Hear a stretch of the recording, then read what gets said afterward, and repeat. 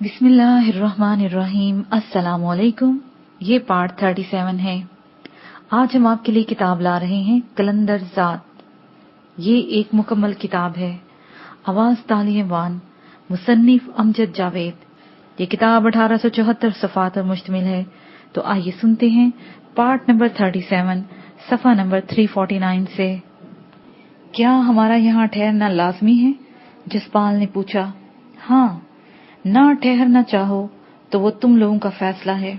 बस ये जान लो, जो वक्त की आवाज नहीं सुनता, वक्त उसे यूं पीछे धकेल देता है कि वो माजी में गुम होकर रह जाते हैं।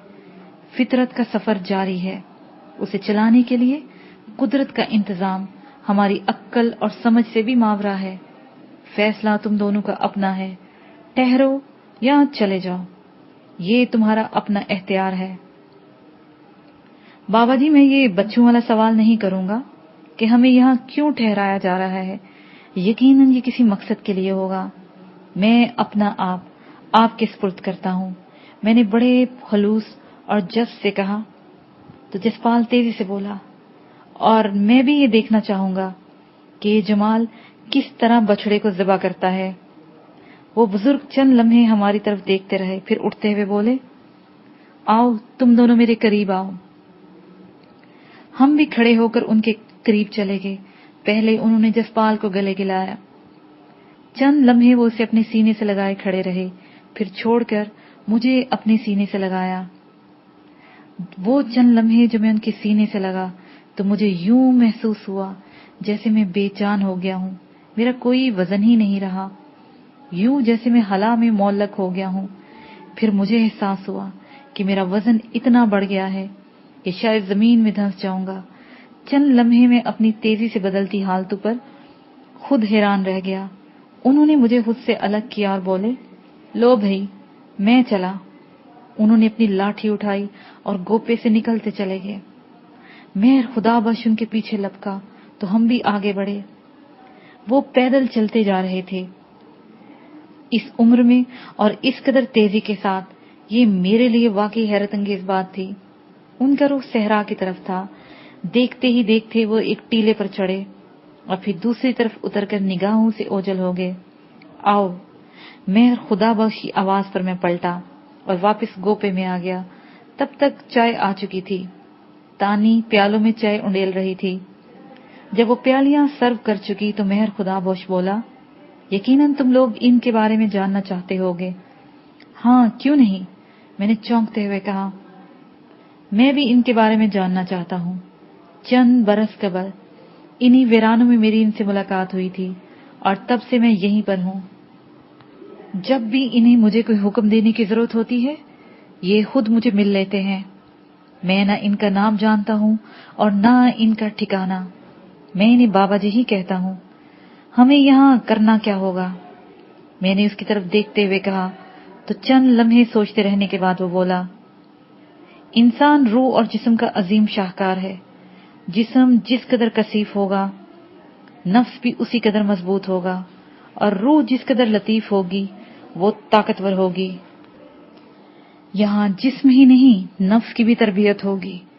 इस पर मैंने कोई सवाल नहीं किया, ना ही जसपाल बोला।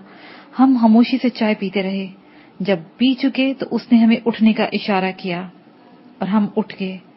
तब वो बोला, मैं तुम लोगों को कुछ दिखाना चाहता हूँ। अगर बाबा जी का हुक्म ना होता तो आजकल में मैं तुम लोगों को यहाँ से रवाना कर चुका होगा। लेकिन जिस रात तुम लोग यहाँ पर आए थे, उसी शाम मुझ तक पैगाम पहुंच गया था कि 2 लोग मुख्तलिफ समतों में आएंगे। उन्हें संभाल लूं। अभी तुम लोगों को ये सारी बातें हैरत अंगेज लग रही होंगी, लेकिन कुछ अरसे बाद ये हैरत नहीं रहेगी। ये अब तुम लोगों पर मुनस्सिर होगा कि कितना सीखते हो, अपने दामन में क्या कुछ भर सकते हो, कंकर चुनते हो या हीरे। आओ, ये कहकर वो गोपे के बाहर जाने पर रास्ते पर हो लिया। हम अभी उसके पीछे चलते हुए बाहर आ गए। सामने ही 3 ऊंट बैठे हुए थे। हमें उन पर बैठने का इशारा करके वो खुद भी एक पर बैठ गया। हम ऊंटों पर सवार हुए और कुछ देर एक समत को चलते रहे। एक बड़े सारे गोपे के करीब जाकर हम रुके ऊंटों से उतरकर हम उस गोपे के अंदर चले गए। इस गोपे में एक दरवाजा था। मेहर खुदाबख्श ने उस पर अपनी हथेली रखी तो वो मिकान के अंदाज में खुलता चला गया। वो हमें साथ लेता हुआ सीढ़ियां उतरता चला गया। नीचे एक बड़ा हॉलनुमा कमरा था जिसमें खुशगवार हुनकी फैली हुई थी। वहीं दीवारों के साथ टीवी स्क्रीन, कंप्यूटर और न जाने क्या क्या आलात लगे हुए थे। वहीं काफी सारे लड़कियां लड़के बैठे काम कर रहे थे। उनमें सरमद भी था जो न जाने कब वहां से यहां पहुंच गया था। ये हमारा ऑपरेशन रूम है। यहां से सिर्फ बाहर की दुनिया से राब्ता रखा जाता है। यहीं से अपनी हदूद का ख्याल भी रखा जाता है। आओ तुम्हारी बात करवाएं। ये कहते हुए उसने सरमद को इशारा किया। उसने हमें दो हाली कुर्सी पर बैठने का इशारा करते हुए स्क्रीन पर निगाहें जमाकर कीबोर्ड पर उंगलियां मारने लगा। कुछ देर बाद सोहनी की आवाज उभरी। वो हेलो कर रही थी। आवाज सामने पड़े हुए स्पीकर से उभर रही थी। मैं जमाल बात कर रहा हूँ। हाय जमाल, क्या तुम किसी गैर मुल्क पहुंच गए हो? स्क्रीन पर तो कोई नंबर ही नहीं। कहाँ हो तुम? ठीक तो हो ना? एकदम इतने सवाल कर दिए तुमने। मैं जहां भी हूँ बिल्कुल ठीक हूँ। हाँ तू सुना, ठीक है तू? और अम्मा कैसी है? हम ठीक हैं और पूरी तरह महफूज हैं। उसने कहा। मुझे बता छाका कैसा है? मैंने पूछा। पुलिस ने पकड़ लिया था उसे, लेकिन आज सुबह ही वो नूर नगर चला गया है। मेरा उससे राब्ता नहीं हुआ, लेकिन वहां से मुझे मालूम हो गया है, उसने बताया। और शाहजेब? मैंने पूछा। वो नूर नगर ही है। बिल्कुल सहमा हुआ है, क्योंकि अभी उसने कुछ नहीं किया। अब छाके से बात होगी तो पता चलेगा, उसने कहा। अपना ख्याल रखना और घबराना नहीं। मैं बहुत जल्द तुम लोगों के पास आ जाऊंगा, मैंने उसे दिलासा दिया। मैंने छाके से कहा था कि वो मेरे पास ही रहे इधर, लेकिन पता नहीं क्यों वो नूर नगर में ही रहने पर जिद कर रहा है। खैर तुम भी परेशान नहीं होना। लो अम्मा से बात करो। पुत्र अपना बहुत सारा ख्याल रखना, मेरी दुआएं तेरे साथ हैं, अम्मा ने जज़ब से कहा। अम्मा तेरी दुआओं के सहारे तो जीता फिर रहा हूँ। एक यही तो ताकत है मेरे पास। अपना ख्याल रखना अम्मा। तू फिक्र न कर पुत्र, सोहनी मेरा बहुत ख्याल रखती है। बस तू जल्दी से मुझे मिलने के लिए आ जा, मगर जब हालात ठीक हो जाएं। अम्मा ने अपने दिल की बात भी कह दी और मुझे मुहतात रहने के लिए भी कह दिया। मैंने महसूस किया जैसे मेरा गला नम हो रहा है। मैंने मजीद बात करना मुनासिब न समझा। मुमकिन है मेरे जरा से जज्बातीपन से इर्द गिर्द खड़े लोग मेरी कमजोरी न जान लें। मैंने अम्मा को अल्लाह हाफिज कहा। तभी एकदम मुझे एहसास हुआ कि इनके पास सोहनी का नंबर कहां से आ गया। मैंने तो इन्हें नहीं बताया था। क्या ये लोग सोहनी तक भी रसाई रखते हैं? क्या ये बात उन्होंने इसलिए करवाई ताकि मुझे एहसास दिलाया जा सके कि वो सोहनी तक भी रसाई रखते हैं? मैं एकदम से घबरा गया। तब तक अनुजीत से राब्ता हो गया था। जसपाल पूछ रहा था, कैसे हो अनुजीत? सुना है तुम पर बहुत तशद्दुद हुआ है। हाँ हुआ तो है, खैर उसे छोड़ो। मैं पहले ही इनकी निगाह में था, लेकिन तुम हो कहाँ? सच्ची बात तो ये है कि मुझे खुद नहीं मालूम। मुझे हरप्रीत के बारे में बताओ, वो कैसी है? उसका जख्म ठीक हुआ? वो ठीक है। हम केशव मेहरा से मुसलसल राब्ते में हैं। तुम्हारी मुसलसल तलाश जारी है। तुम्हारे सफारतखाने से भी राब्ता किया था। वैंकूवर में तेरे भाई से सफारतखाने वालों की बात हुई है। तू फिक्र न कर। लेकिन तू है कहाँ पर? तुम घर पर हो तो हरप्रीत और पप्पू से बात करा दो। मेरी फिक्र छोड़ो, मैं कहाँ पर हूँ, मैं करवाता हूँ। वो ड्राइंग रूम में है। बहरहाल अच्छा किया तुम यहाँ से निकल गए। हवेली जलाने के बाद तो ये लोग बहुत मुतशद्दद हो गए हैं। तुम घबराओ मत, सब ठीक हो जाएगा। मैं देख लूंगा सबको, उसने एक अज़म से कहा। तभी कुलजीत कुंवर की आवाज उभरी। कैसे हो पुत्र? मैं ठीक हूँ, आप कैसे हो? वाह गुरु की मेहर से पुत्र, तू अपना ख्याल रखना। ले हरप्रीत से बात कर। ओए सानू छड़ के आप किधर चले गए हो? वो शोही से बोली। बहुत जल्द तेरे पास आ जाऊंगा। तेरा जख्म कैसा है? ठीक है अब।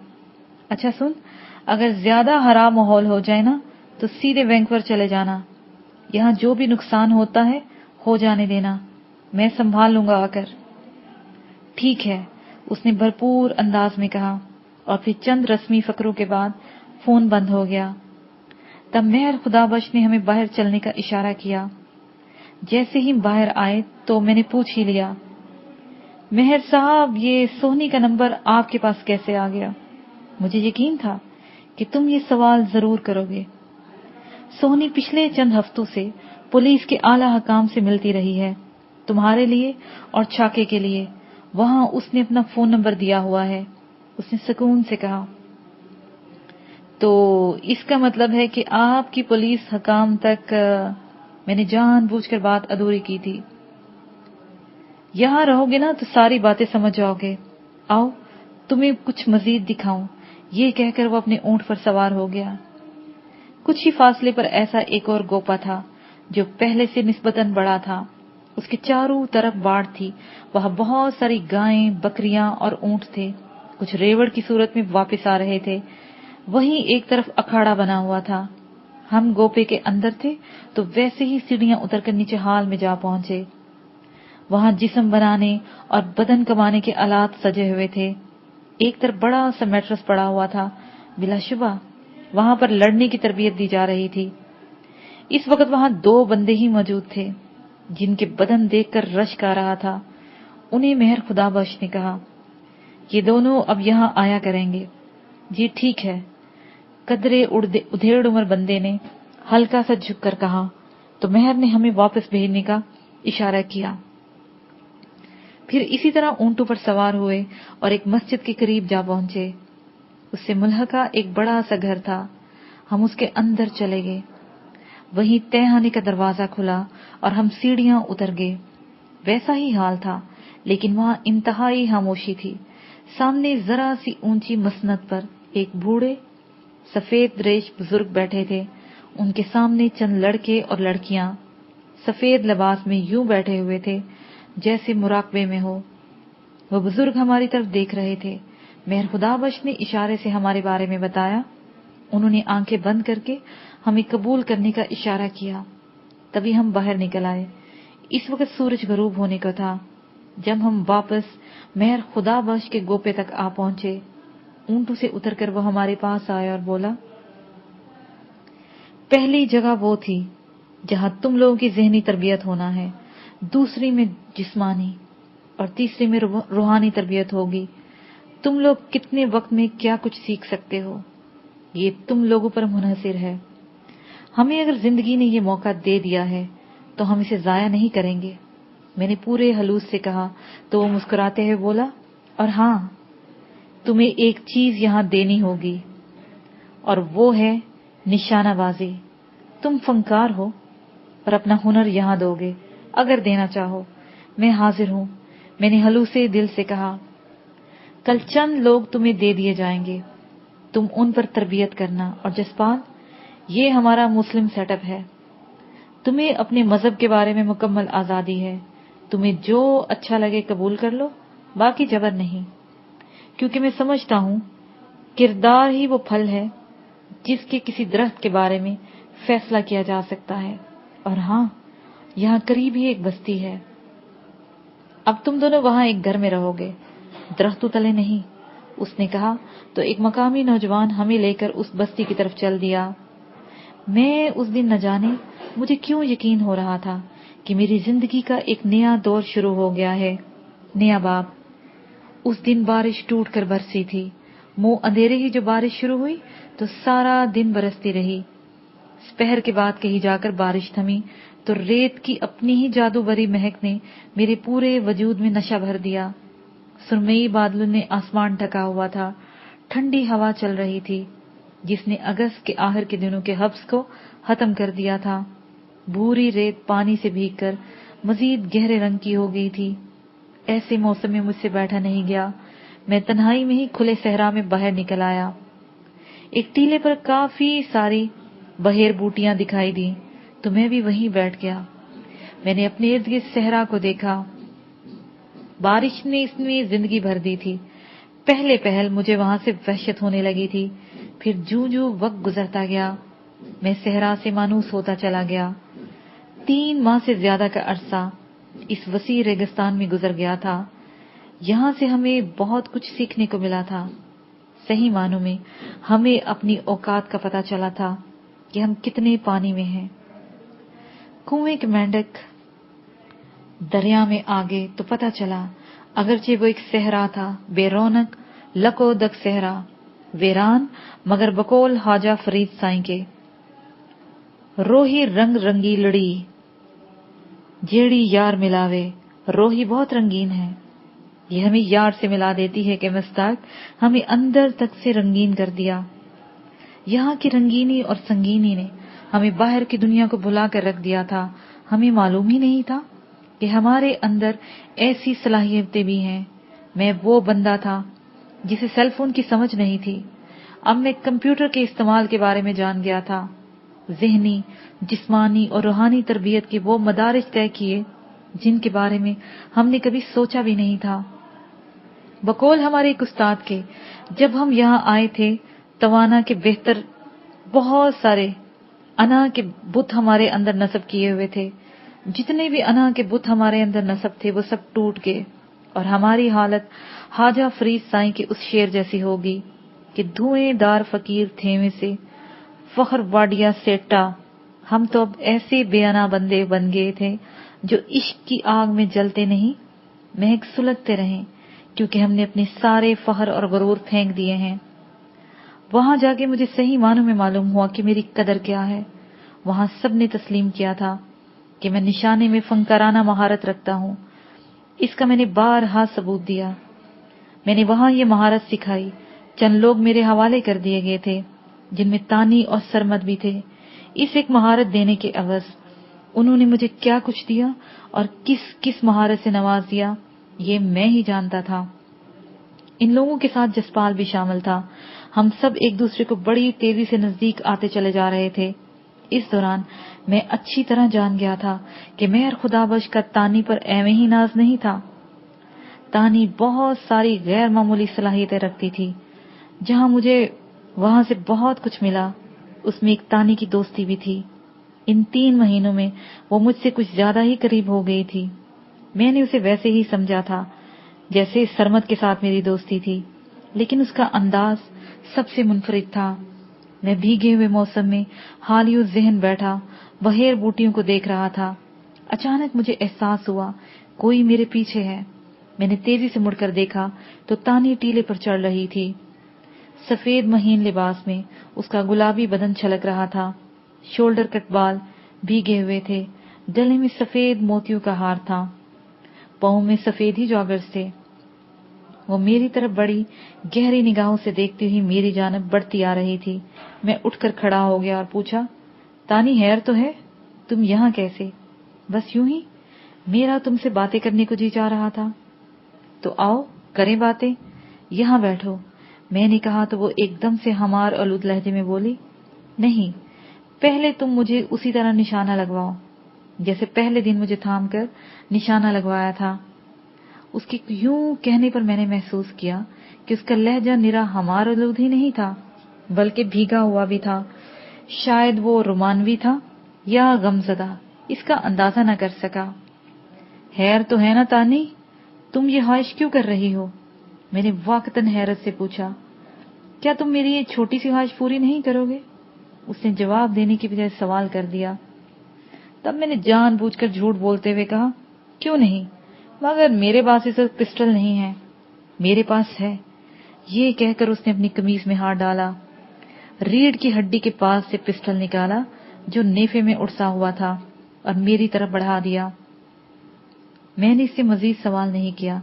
मैंने पिस्टल पकड़ा, मैगजीन में गोलियां देखी।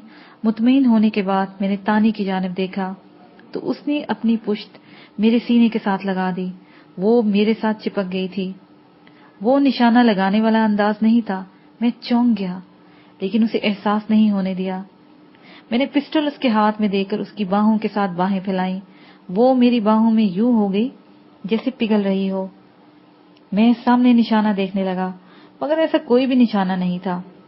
मैं हवाई फायरिंग करना ही चाहता था कि वो घूमी और अपना चेहरा मेरी जानिब किया और मेरे सीने से लग गई।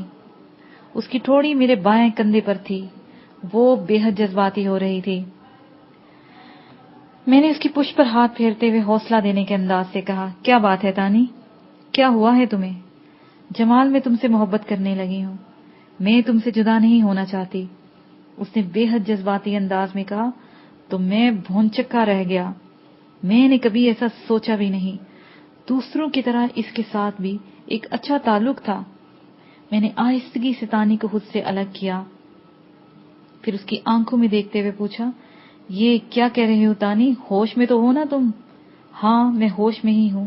پھر سن لو، میں تم سے جدا نہیں ہونا چاہتی۔ یہ کہتے ہوئے اس کی آنکھ سے 2 آنسو ٹپک کر گالوں پر پھسل گئے۔ مجھے اس وقت یہ سمجھ نہیں آ رہا تھا کہ اسے کیا کہوں۔ میں حیران تھا کہ وہ ایسا کیوں کر رہی ہے۔ اتنی مضبوط لڑکی یوں ریزہ ریزہ کیوں ہو رہی ہے؟ میں نے اسے دونوں کاندھوں سے پکڑا اور اس کے چہرے پر دیکھتے ہوئے بولا، صاف صاف بتاؤ تم کیا کہنا چاہتی ہو؟ یہ مذاق؟ میں نے کہنا چاہا تو وہ میری بات کاٹتے ہوئے بولی، جمال، وہ وقت آ گیا ہے جس کے لیے میں بہت ڈرتی تھی۔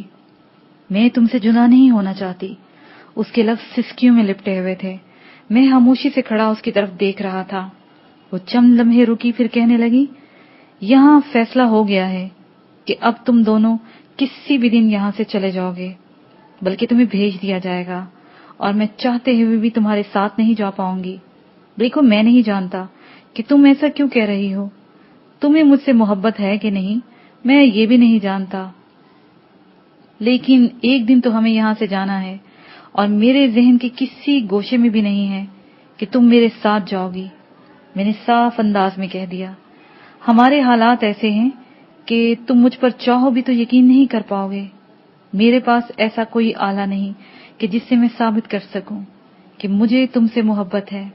میں کون ہوں، یہاں کیسے ہوں، یہ تم ہی نہیں، سوائے مہر صاحب کے دوسرا اور کوئی نہیں جانتا۔ میری مجبوری ہے کہ میں ابھی بھی تمہارے ساتھ نہیں جا سکتی، ورنہ ضرور چلی جاتی۔ اس نے روحان سا ہوتے ہوئے کہا۔ میں نے جواباً کچھ کہنا چاہا تو وہ میرے لبوں پر اپنا ہاتھ رکھ کر بولی، میں تمہارے ساتھ جاتی تو یہ ثابت کر دیتی کہ مجھے تم سے کتنی محبت ہے۔ یہ کہتے ہوئے اس نے اپنا ہاتھ ہٹا لیا تو میں نے کہا، تانی، ہم دونوں میں بہت اچھا تعلق رہا ہے، تم نہ جانے کس محبت کی بات کر رہی ہو۔ میں تم سے اپنی محبت کا جواب نہیں مانگ رہی، میں تو بحث تمہیں بتا رہی ہوں کہ تم میری پہلی اور شاید آخری محبت ہو۔ پہلے دن، جمال، پہلے دن جب میں نے تمہیں دیکھا تھا، میں گھائل ہو گئی۔ تم پہلی نگاہ میں ہی مجھے اچھے لگے تھے۔ میں نے دل ہی دل میں دعا کی تھی کہ تم یہیں رہ جاؤ۔ میں نے خود نہیں سوچا تھا کہ میں تمہارے اتنے نزدیک آ جاؤں گی۔ پہلے دن جب تم نے نشانے کے لیے مجھے اپنے ساتھ لگایا تھا تو مجھے خود کسی مرد کے لمس کا احساس ہوا تھا۔ میں اس وقت سے منتظر تھی کہ تم میری جانب توجہ کرتے، مگر تم تو پاگلوں کی طرح سب کچھ سیکھ جانے میں مگن تھے۔ کچھ دنوں سے میں نے فیصلہ کر لیا تھا کہ تمہیں اپنی محبت کا احساس دلاؤں گی، کم از کم جتنے دن تم یہاں ہو اتنے دن، مگر شاید قدرت کو یہ منظور نہیں۔ میں اسے کھو دوں گی جسے میں نے چاہا ہے۔ پتہ نہیں ہم دوبارہ کبھی مل بھی پائیں گے یا نہیں۔ کیسی قسمت ہے میری، اس نے کہا اور میری طرف غور سے دیکھنے لگی۔ اس کے گال، ناک کی پھنک اور ہونٹ سرخ ہو رہے تھے۔ تم یہاں رہ کر بھی میرے ساتھ رابطے میں نے کہا تو وہ تیزی سے بولی، نہیں جمال، نہیں، میں ساتھ چاہتی ہوں۔ نہ جانے کیوں مجھے یقین ہے جمال کہ ہم دوبارہ ضرور ملیں گے۔ ٹھیک ہے، تب ہم کوئی نہ کوئی فیصلہ کر لیں گے، میں نے کہا تو وہ ایک دم کھل گئی۔ سچ، یہ کہہ کر وہ مجھ سے لپٹ گئی، پھر اپنی گال میرے سر سے ہولے ہولے رگڑنے لگی، پھر الگ ہوتے ہوئے بولی، شاید وہی میری نئی زندگی ہو۔ شاید، میں نے کہا اور پھر اس کا ہاتھ پکڑ کر بولا، آؤ چلتے ہیں۔ جسپال کو میں بتا کر نہیں آیا، وہ میری راہ تکتا ہوگا۔ وہ میرے ساتھ یوں چلتی جیسے ٹرانس میں ہو، اور میں اس وقت تک نہیں سمجھ پایا تھا وہ ایسا کیوں کر رہی ہے۔ مجھے تو یہ بھی سمجھ میں نہیں آ رہی تھی کہ میں یہ بات جسپال کو بتاؤں یا نہیں۔ رات گئے تک میں اسی الجھن میں رہا۔ مجھے تانی سے زیادہ اس بات کی فکر تھی، اب ہمیں یہاں سے بھیج دیا جائے گا۔ مجھے یوں لگ رہا تھا جیسے بہت جلدی میں ہمیں یہاں سے روانہ کیا جا رہا ہے۔ اپنے آپ کو دریافت کرنے کا مزہ تو اب آنے لگا تھا۔ مجھے افسوس ہونے لگا تھا۔ میں اتنی جلدی یہاں سے نہیں جانا چاہتا تھا۔ میں یہ سوچ ہی رہا تھا کہ اچانک مجھے خیال آیا، یہ تو محض تانی کا خیال تھا۔ مہر صاحب نے تو مجھے نہیں کہا، جب وہ کہیں گے تو دیکھا جائے گا۔ نہ جانے جذبات کی رو میں وہ کیا کچھ کہتی چلی گئی تھی۔ میں نے سب کچھ ذہن سے نکالا اور پرسکون انداز میں سونے کے لیے لیٹ گیا۔ نیا پیراگراف۔ آسمان پر بادل چھائے ہوئے تھے۔ سارا دن سورج دکھائی نہیں دیا، مگر بارش نہیں ہوئی۔ سپہر کے بعد ہمیں کچھ دیر کے لیے آرام کرنے کی فراغت ملتی تھی۔ ہم اس وقت بستی کی طرف چلے جا رہے تھے کہ مہر خدا بخش کے گوپے کے پاس بہت سارے لوگوں کا رش دیکھ کر ہم ٹھٹک گئے۔ پھر ہم تیزی سے اس طرف گئے۔ وہاں کچھ بھی نہیں تھا، مگر کچھ لوگ گوپے کی طرف دیکھ رہے تھے، جیسے وہاں کچھ دیکھنے کے منتظر تھے۔ تقریباً سبھی لوگ وہاں موجود تھے جو بستی میں یا ارد گرد رہتے تھے۔ بستی کی طرف سے ابھی کچھ لوگ ابھی آ رہے تھے۔ تبھی گوپے کا دروازہ کھلا اور مہر خدا بخش کے ساتھ وہی بابا جی بھی نمودار ہوئے۔ انہوں نے آتے ہی مجھے یوں دیکھا جیسے وہ گوپے ہی میں مجھے دیکھ رہے تھے۔ مہر خدا بخش نے مجھے آگے آنے کا اشارہ کیا۔ میں آگے بڑھا ان کی طرف جاتے ہوئے۔ جب میں میدان کے درمیان میں گیا تو ایک جانب سے اچانک بچڑا چھوڑ دیا گیا۔ میں چند لمحوں میں سمجھ گیا کہ یہ میرے امتحان کا وقت آ گیا ہے۔ جس وقت میں نے بچڑے پر نگاہ جمائی ہوئی تھی، انہی لمحات میں تانی نے بلم نما چھری اپنے ہاتھ میں لہرائی اور میری جانب پھینک دی۔ میں اگر چھری پر توجہ دیتا تو بچڑا مجھے ٹکر مار دیتا، مگر یہ میری توہین تھی کہ چھری زمین پر گر جاتی۔ میں نے ہوا میں کلا بازی کھائی اور چھری کو پکڑ لیا۔ تب تک بچڑا عین میرے نیچے تھا۔ میں نے پوری قوت سے وہ بلم نما چھری بچڑے کے اوپری بدن پر گھومتی، پھر چھری کے سہارے ہی زمین پر آن کھڑا ہوا۔ بچڑا درد کی شدت سے پاگل ہو گیا تھا۔ میں نے ایک جست لی اور اس کے سامنے آ گیا۔ وہ ٹکر مارنے کے لیے لپکا تو میں نے اس کے سینگ پکڑ لیے۔ اس نے زور زور سے اپنا سر مارنا شروع کر دیا۔ میں اس کے ساتھ لڑکتا ہوا کبھی ایک طرف چلا جاتا اور کبھی دوسری طرف۔ وہ اچھلتا تو میں اس کے ساتھ اچھل جاتا۔ تقریباً 3 منٹ تک یہی چلتا رہا۔ تبھی بچڑے کا زور ٹوٹ گیا۔ میں نے اپنا دباؤ ایک طرف ڈال دیا، 2-3 زور کے جھٹکے دیے تو وہ قدم اکھڑ گئے اس کے اور وہ زمین پر آ گرا۔ میں نے اس کے سینگ چھوڑ کر چشمے زدن میں چھری اس کے بدن سے نکالی۔ اس کا خون بہہ نکلا۔ بچڑا تڑپ کے اٹھنا چاہتا تھا کہ میں نے پاؤں کی ٹھوکر اس کی تھتنی پر ماری۔ اس کے حواس متحل ہو گئے۔ تبھی میں نے ایک لات اس کے سر پر بھی رکھی اور تکبیر پڑھتے ہوئے اس کی گردن پر چھری پھیر دی۔ خون کا فوارہ چھوٹ پڑا۔ بچڑا تڑپ رہا تھا، وہ اٹھنا چاہتا تھا تو میں نے اس کے ٹھوکر مار دیتا۔ یہ تیز چھری کا کمال تھا، ورنہ شاید مجھے اسے ذبح کرنے میں کچھ مزید دشواری ہوتی۔ کچھ دیر کے بعد وہ ساکت ہو گیا، جبکہ میں خون میں لت پت ہو گیا۔ تبھی چند لوگ وہاں آ گئے۔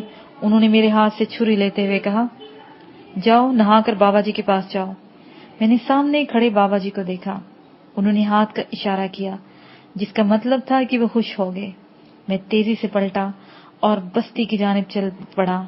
کچھ دیر پہلے جو کچھ میں نے کیا تھا، مجھے خود اس کی سمجھ نہیں آ رہی تھی۔ ایسا سب کچھ کیسے ہو گیا؟ شاید میرے اندر بچڑے کو ذبح کرنے کی خواہش شدت پکڑ چکی تھی، لیکن میری خواہش سے کیا ہوتا ہے؟ بچڑے اور میری قوت میں بہت فرق تھا۔ شاید میں نے لاشعوری طور پر اس تکنیک پر سوچا ہوگا، مگر نہیں، لمحوں میں فیصلے اور ان پر عمل کرنا یوں ہی نہیں تھا۔ میرے اندر کچھ ایسا بھر گیا تھا جس کی مجھے سمجھ نہیں آ رہی تھی۔ بلا شبہ میں اسی وجہ سے حیران تھا۔ مجھے احساس ہو گیا کہ جب میں یہاں آیا تھا تو اندر سے خالی تھا۔ میں واپس گوپے کے پاس پہنچا تو وہاں سامنے میدان میں کوئی بھی نہیں تھا۔ میں گوپے میں اندر چلا گیا۔ جسپال پہلے ہی وہاں موجود تھا۔ میں نہیں جانتا ان کے درمیان کیا باتیں ہوئی ہوں گی۔ میرے جاتے ہی ایک لمحے کے لیے خاموشی چھا گئی۔ بابا جی نے میری طرف نگاہوں سے دیکھا، پھر کوئی بات کیے بغیر کھڑے ہو گئے۔ پھر انہوں نے مجھے اپنے گلے لگا دیا، تھپکی دی اور کہا، یہ دنیا جنگل تو نہیں ہے پتر، مگر کچھ جانور نما انسانوں نے اسے جنگل بنا دیا ہے۔ ان جانوروں کا بھی تو کوئی سدباب کرنا ہے نا، کوشش کرو۔ یہ کہہ کر چند لمحے میری طرف دیکھا اور باہر کی جانب چل پڑے۔ میں ان کی یہ ادا نہیں سمجھ سکا۔ میں ان کے پیچھے لپکا اور گوپے سے باہر آ گیا۔ وہ تیز قدموں سے چلتے ہوئے میدان میں پہنچ گئے اور پھر میرے دیکھتے ہی دیکھتے وہ صحرا میں اوجھل ہو گئے۔